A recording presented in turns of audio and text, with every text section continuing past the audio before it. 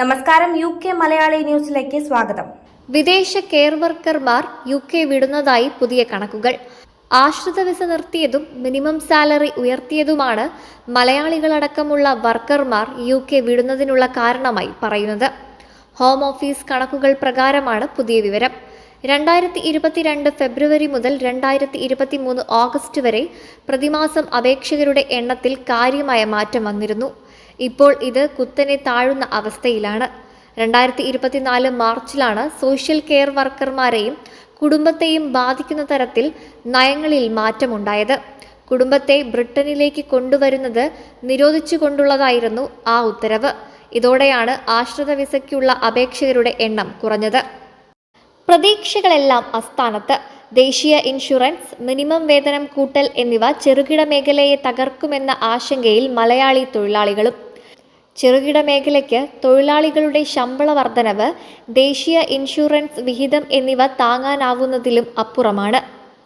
ഇത് ജീവനക്കാരുടെ എണ്ണം വെട്ടിക്കുറയ്ക്കാൻ തൊഴിലുടമകളെ നിർബന്ധിതരാക്കും. ഫെഡറേഷൻ ഓഫ് സ്മോൾ ബിസിനസ് നടത്തിയ പഠനത്തിൽ UK-യിൽ പഠനത്തിനായി എത്തിയ മിക്ക വിദ്യാർത്ഥികളും ചെറുകിട സ്ഥാപനങ്ങളിൽ ജോലി ചെയ്യുന്നവരാണ്. ഇവരെയും നടപടി കാര്യമായി തന്നെ ബാധിക്കും.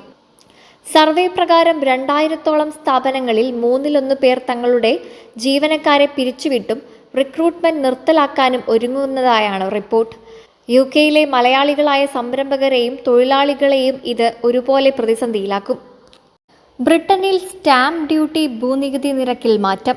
2025 ഏപ്രിൽ മാസത്തോടെ വലിയ മാറ്റങ്ങളാണ് സർക്കാർ സ്റ്റാമ്പ് ഡ്യൂട്ടിയിൽ അടക്കം വരുത്തിയിരിക്കുന്നത്. ഇത് വാങ്ങുന്നവരെയും വിൽക്കുന്നവരെയും ഒരുപോലെ ബാധിക്കുമെന്നാണ് പുതിയ വിവരം.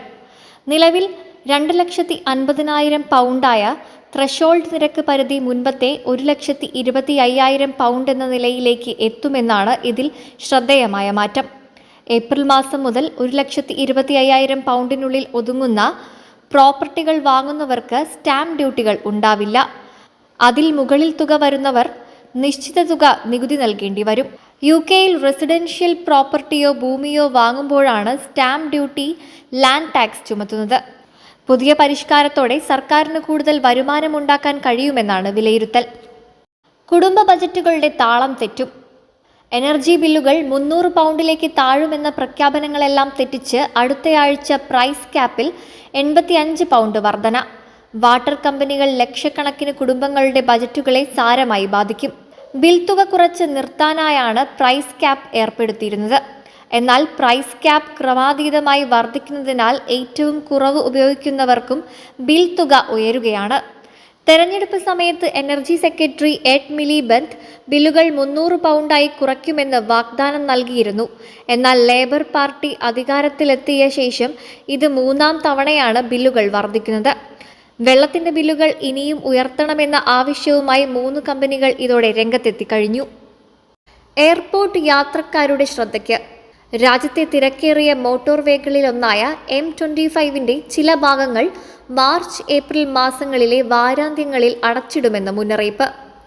സറൈ ഭാഗത്തെ A3 ജംഗ്ഷനിൽ മോട്ടോർവേ അടച്ചിടുന്നത് ഗ്വാറ്റിക്, ഹീത്രൂ വിമാനത്താവളങ്ങളിലേക്ക് പോകുന്നവരുടെ യാത്രാദൂരം കൂട്ടും.